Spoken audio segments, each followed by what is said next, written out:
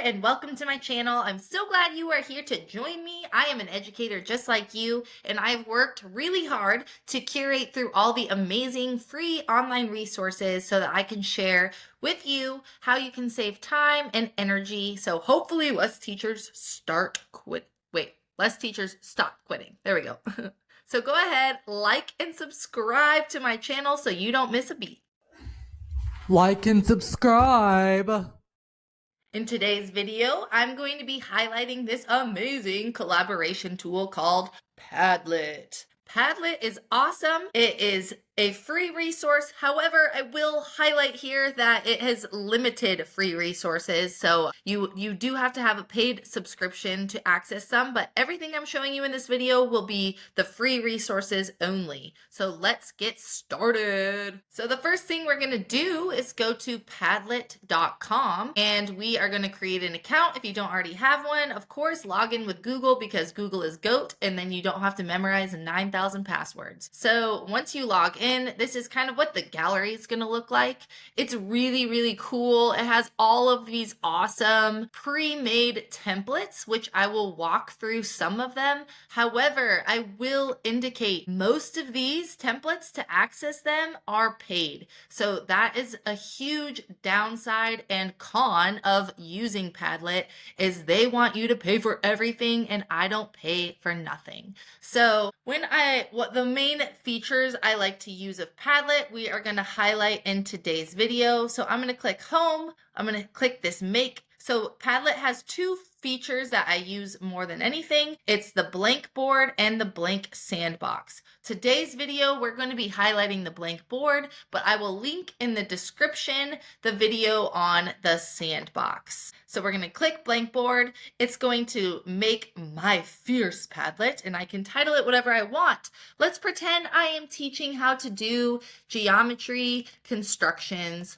or you're talking about a book. You can have a wall, a grid, a canvas, a map, a timeline, all you history people out there, a stream, whatever you want. I typically like to use the wall feature just because that's the way my brain functions, but all of these have really great pluses, I guess you could say. So once it's created like this, you can click down here, the settings tool, and we can change all sorts of things here. So we can change what the wallpaper looks like by scrolling through all of these. I can do a scenery wallpaper. Let's say my geometry constructions, I want to be beach themed, and I can save that. I can change the color scheme, light or dark, the font, the size. So that's really helpful. You can drag and drop. I find that to be the easiest. Comments on, comments off, reactions on, reactions off. I think it's really helpful to leave this stuff on because it's fun to have the students collaborating together, especially if you're someone who's doing a virtual learning environment, or maybe this is a great opportunity for you to have engagement across different teachers. Let's say you have 10 different geometry teachers and you want them to engage on different geometry constructions with the people in Mr. Smith's class as well as Miss Leonard's class. So you can do something like that, which is really helpful. And then you have your URL to share with the kids. So that's going to be our appearance, our layout. It's all within settings. So let's see what this is going to look like. I want to come in here and add something. I want to upload a picture of my exact construction, or I don't have a phone. So I'm going to click the camera button and I want to hold up a picture of my construction. Let's say we want them to find real world construction. So I'm going to click images and I'm going to say inscribed circle construction, and we'll see what Google can come up with. And we're like, oh, perfect. This is what I wanted. And I am going to add that.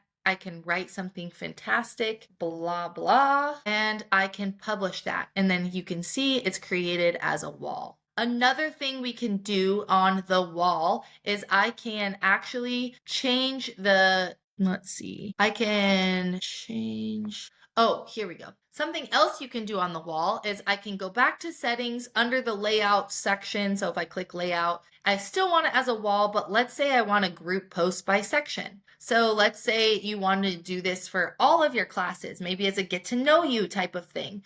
You can label it, period 1. Or if you want to do it by class. And so this is Mr. Smith, and Mr. Smith's class is going to do his. Or you can group them by construction. So construction type 1, construction, they have a worksheet and they're working through the different types of constructions and you want them to be here. And this also allows you to leave feedback. If you're looking for a quick and awesome way to leave authentic feedback, please see my Brisk AI student feedback video. It's going to change your life. So this is the main ways that I like to use Padlet. So if I click done, I can add a section. Let's say this is type 2. I can click done. So now the students will be able to come and click the plus sign under the type that they're going to add, and they can comment on each other's, wow, great construction. And it really is a very engaging way to stay connected. I think it's also fun. This would be a great opportunity to use a cross-curricular type of resource. Maybe see how our history class and English class are related. How is this math? How are geometry constructions related to an art class? How are they related to a science class? And it's a great way to do cross-curricular without having to, get up and work necessarily simultaneously with another teacher, but rather it allows you to work asynchronously, but still be able to have that collaboration. This is a really great tool. So check out my other video on Sandbox, which has some different features that are also really awesome. So that is going to do it for the Padlet boards. I think that this is a really awesome tool. It's very customizable. Also, another great feature is it does embed beautifully into Nearpods and Pear Decks so that they don't even have to go to another resource. It's just right in there, so they don't even realize necessarily that they're on a whole other website. So let me know what you think of this tool in the comments. I will say my number one downfall to Padlet is that there's so many things that are awesome, but you have to pay for them, as well as you can only make about 5 boards before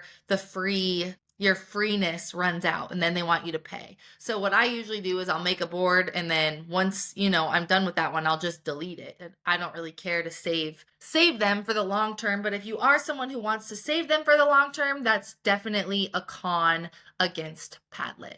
So once again, please let me know what you think and I can't wait to hear from you. Ta-ta!